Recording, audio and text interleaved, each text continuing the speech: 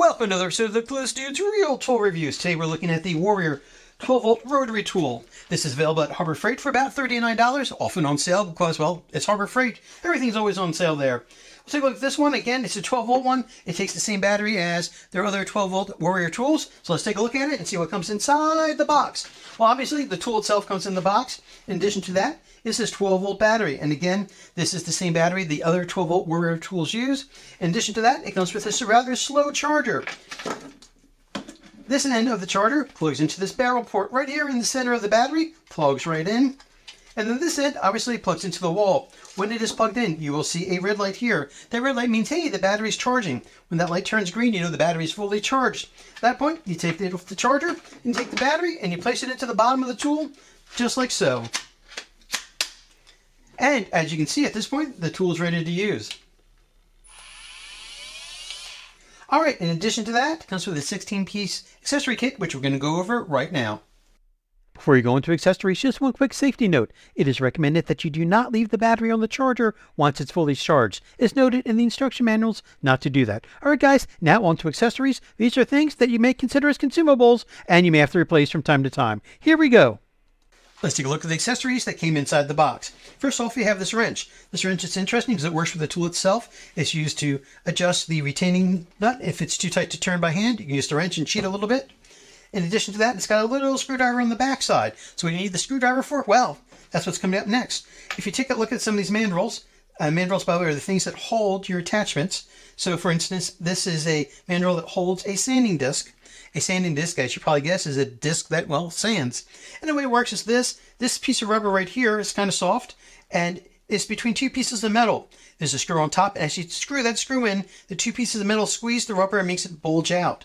So what you do is you take your sanding disc, you put it over the mandrel for the sanding disc, and then to lock it in place, you turn the screw and you make it tighter. The rubber here is going to bulge out and hold that disc in place. And there's another mandrel that's for a smaller sanding disc. Same exact concept, soft piece of rubber between two pieces of metal with a screw on top.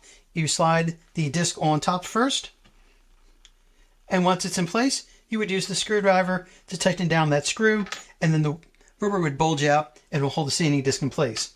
Another type of mandrel that came with this is one that's for polishing wheels. It's like a little screw on top. It basically looks like a corkscrew type thing, but it's basically looks like a screw on top. The polishing wheel has a little hole in it right there, and all you do is you take the polishing wheel, and it just literally just screws on top of the mandrel, just like so. And once it's in place, you can attach this to the tool and use it as a buffing wheel. In addition to that, it comes with a small amount of buffing compound that you can use. Then there's also some cutting discs. It came with 3 cutting discs. Now I've already installed the cutting disc onto the mandrel because it would take too long to demonstrate. But it's got a little screw with a washer on top, and it just slides on top, so there's a little hole inside the cutting wheel. You slide it over onto the screw, and you just screw it down to the mandrel. And it's 2 little washers, and they stay in place pretty well. Next item down is a grinding wheel. Let's assume you've cut a piece of metal and you got some spurs on it and you want to grind down the spurs. You would use something like this to get rid of the spurs on a piece of metal or something along those lines. The next thing you have is a wire brush. This wire brush is good for removing things, perhaps such as rust or something similar. The only thing I will caution about, every time I've used a wire wheel, wires have come flying out. So I'm not saying specifically about this brand, just in general. If you use wire wheels, be sure to wear eye protection. Actually, always wear eye protection. Last but not least, for some reason, they threw in a bit. I'm not even sure if this is a sideways cutting bit, just a regular old-fashioned drill a hole bit, but it came with a bit that would fit inside the tool. All right, we just looked at the accessories that came with the kit. Now what we're going to do is we're going to look at how to install those accessories onto the tool, and then we also look at a few other accessories that come from other companies. All right, guys, here we go. In the next 2 sections, we're going to show you how to install bits into the tool and how the basic controls work. If you're brand new to rotary tools, this is definitely for you. Here we go. I'm going to go on the assumption that you never used a rotary tool before, and I'm going to show you how to take the attachments and put it onto the tool, because without attachments, the tool doesn't do much good. So normally, I would just take the attachment and slide it right into the tool, and then tighten down this retaining nut. But instead, what I'm going to do is I'm going to show you what's underneath the retaining nut first, just so you know how it works. So we're going to remove this retaining nut, and it's basically got a thread on one side and a hole in the other, and set that off to the side. And inside there's a collet. What a collet does is it's got a V shape on the front, and as a retaining nut comes over it, as the retaining nut comes down on top of it, it squeezes the collet shut so that hole gets smaller and smaller and smaller. And that's what actually holds the attachments in place. So I'm going to take the collet, I'm going to put it into the center of the spindle of the tool. So I'm going to take the tool and I'm going to place the collet into the spindle. Once the collet's in place, I'm then going to take the retaining nut and I'm going to screw it over the collet. And now it's going to squeeze the collet and spindle together. And at some point, it'll start making that hole in the collet smaller and smaller, almost like a drill chuck. I'm then going to take the attachment I want to use, in this case, a cutting disc, and I'm going to place it into the tool. I'm going to tighten the retaining nut on top of the collet by screwing it down to the spindle, and this will make that hole smaller. By the way, when you get to a certain point, you'll notice that instead of the retaining nut getting tighter, it's just spinning the tool, so you're not making it any tighter. There is a spindle lock right here, this button right here that I'm pointing to. That's a spindle lock. You push that in, and then you can tighten down the nut a little bit more. And if you get to a point where it's finger tight, you want to make it a little bit tighter, especially with a cutting wheel, you can go ahead and you can use the included wrench and you can tighten it down. So now the attachment is firmly attached to the tool. It's not going anywhere. And I'm going to put this wrench where I can find it. And then last but not least, I'm going to go ahead and install the battery. You'll notice I did not have the battery installed while I was installing the attachments. So you probably know this already, but there's a slot on the back, the battery, and again, it's got to be a 12-volt Warrior battery. No other batteries, just the Warrior 12-volt ones.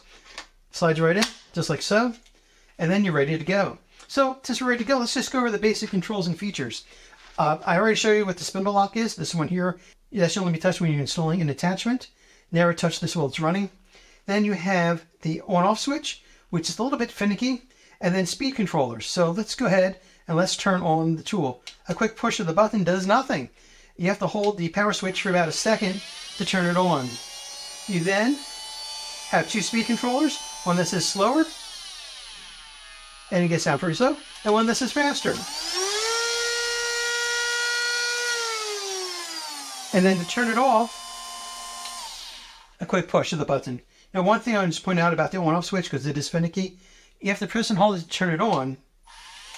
But to turn it off, if you hold it for a second and then release it, it doesn't shut off. It's got to be a quick push on and off for it to shut off. So a quick push won't turn it on, a slow one will turn it on, but a slow push won't turn it off. It's got to be a quick push to turn it off.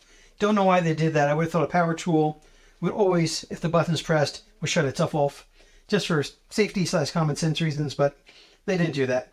Okay guys, so that's enough about this and the general how do I use the tool. I'm going to do a couple of quick demonstrations. Just a quick note about safety. Every time I'm demonstrating this tool, I'm going to be wearing this ridiculous looking face shield as well as a mask and eye protection. Now some people may refer to masks as respirators depending where you are and what country you live in. Alright guys, let's keep going because it's time for the decking screw demonstrations. Here we go.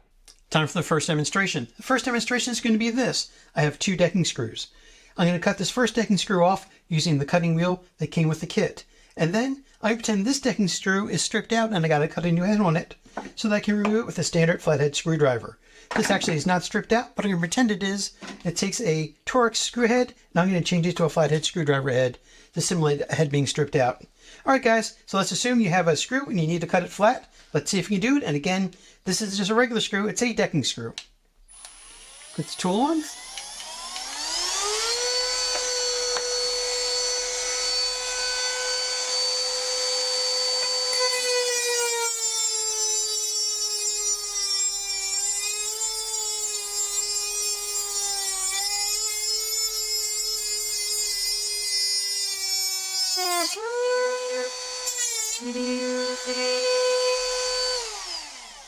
As you can see, they had no troubles cutting the screw off. It's probably a little bit toasty, and yep, it sure is. And so, okay, what I'm going to do now is I'm going to knock this off to the side, a little bit on the hot side, and I'm going to cut a new head in this screw so I can remove it with a standard screwdriver. All right, guys, here it goes.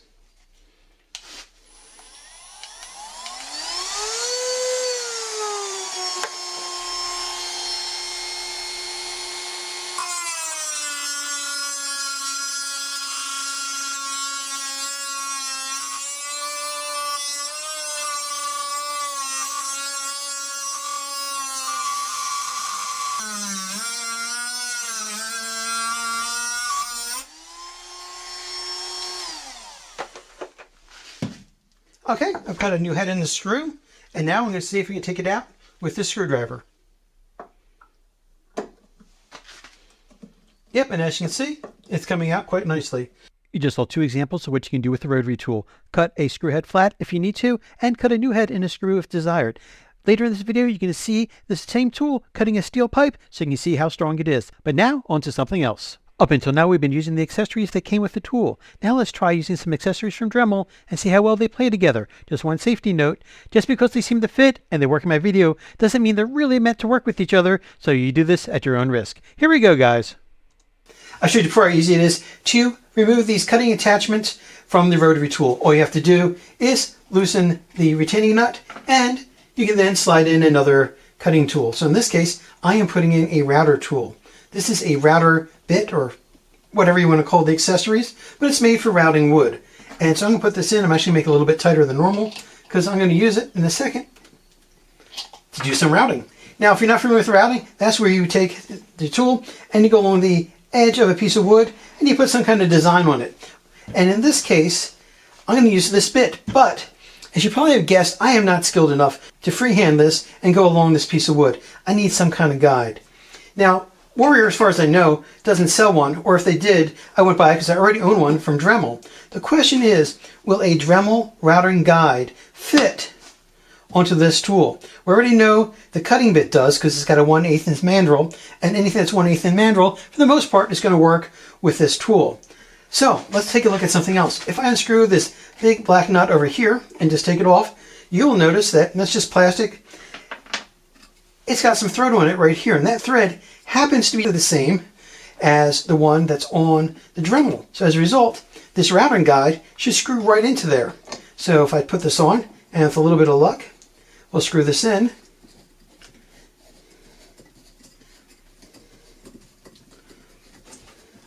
And there we go. It lines up very nicely. All right, let's actually try doing some routing right now with this Dremel attachment. But just a reminder, I don't know that they're really made to work together, so if you do this, you do it at your own risk. Here we go. All right, I've got the router attachment attached. I've got a router bit in place, and we'll see what it can do. And again, I don't typically do a lot of routing, so we'll see how easy it is for an amateur to do this. Here we go.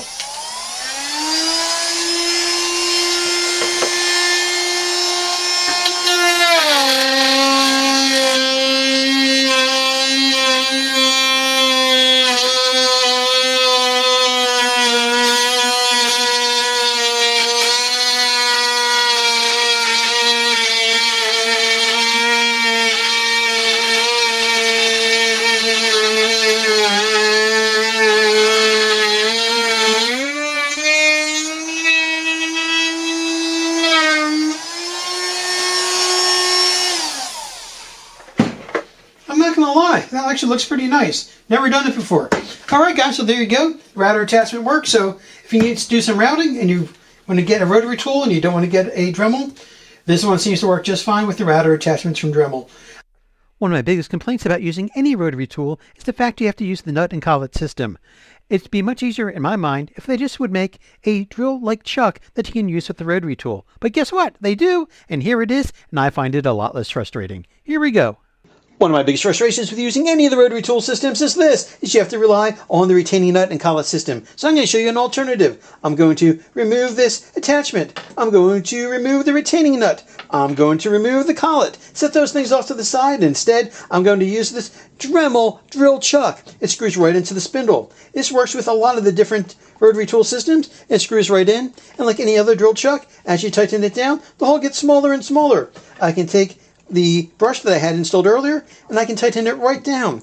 And what I like about this better than using the retaining nut and collet is, for the most part, there are some exceptions, that as long as I hold the spindle lock, I can tighten this down by hand without a wrench, most of the time, without any problems. And if I still need the wrench, if it's something I really want to tighten down, I still have the wrench, and there's a spot for the wrench right there, and I can still tighten it down with the wrench. But there's one more thing, and that is, with a collet, you're limited on what size attachments you can put in. So, for example, this is 1/8 of an inch mandrel on this brush. But what if I wanted to install something really skinny like this drill bit right here? As you can see, if I bring out the collet, you can see that collet is way too big for this drill bit, and there's no way it would work with it. But with this drill chuck, what I can do is this. I can tighten down the drill chuck a little bit to make that hole much smaller, and then the bit just slides right in, just like that. And voila, you now have a drill bit inside your rotary tool. And the best part is you didn't have to switch to a smaller collet. And in case you didn't know, there's a lot of different size collets, so you can use different size mandrels. I hope that made sense. Now that it's easier to change attachments, let's go on and do something else. Woohoo! In my mind, that chuck makes life a lot easier, but you don't care about my mind. What you care about is seeing sparks fly. Here we go, guys. We're going to test the Warrior Rotary Tool with a Dremel cutting disc, and we're going to cut some pipes. Here we go. All right, guys, what I'm going to do is cut this metal pipe with this slightly worn out metal cutting disc from Dremel, and we'll see how well it does. In all fairness, this is the third take, so we'll see how well it does. 3 takes so far, still on the original battery. We'll see how well it goes.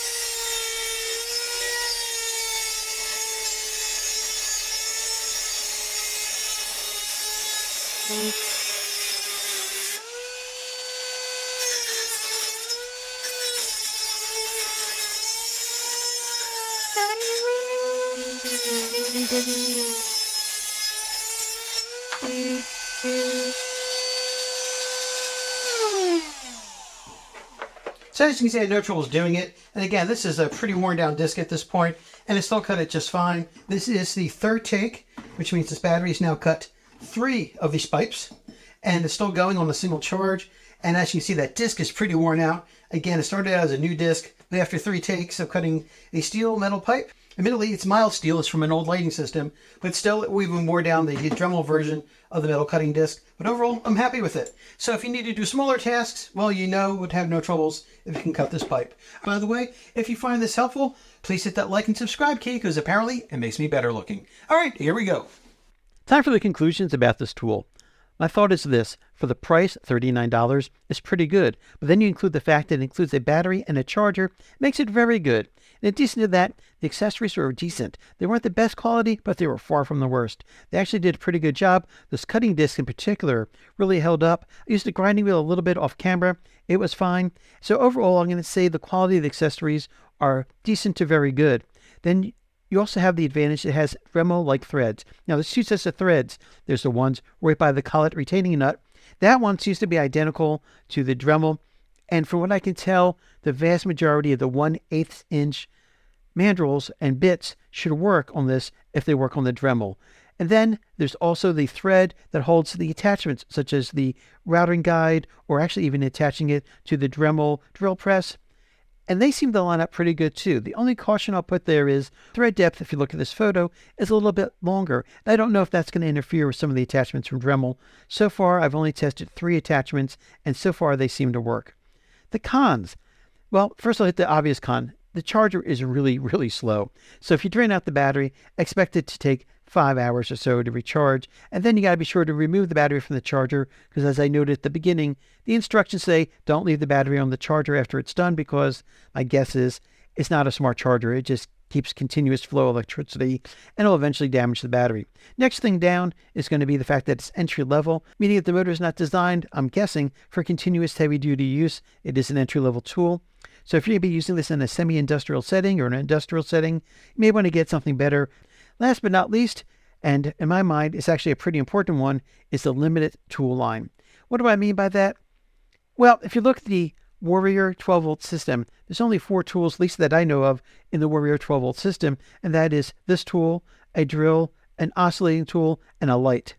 And beyond that, I don't believe there's any other tools that use this battery system. One of my goals when I buy tools is I try to limit the number of battery systems I get into so that I can swap batteries between tools. In the case of the other rotary tool I have that's battery operated, it's going to be the Hyper Tough one that I've had for about 2 years, and I've been really, really happy with it. And the advantage to me is I have 2 tool bags filled with 12-volt Hyper Tough tools. If I'm doing a small job, each one of them came with a battery, so I got lots of batteries. Should I drain one of the batteries on a site or on a project, I can just swap the batteries out and I'm going again. Then I can recharge them later, or while it's recharging, I can use another tool's battery because they're swappable. Whereas the Warrior, you won't be able to build out, at least at this time, a very large toolkit that uses this battery system. If that's not important to you, then it's not an issue, but just have that in the back of your mind when you're selecting a battery-operated tool. Also, you can always just buy more batteries, and then you don't have to worry about that either. But just something to think about is a relatively small tool line. All right, guys, once again, please hit that like and subscribe key, especially the subscribe key, because I won't get paid by YouTube until I get 1,000 subscribers. And more importantly, that subscribe key, I'm told, makes me better looking. All right, guys, thank you for your time, and have a great, great day, and thank you for listening.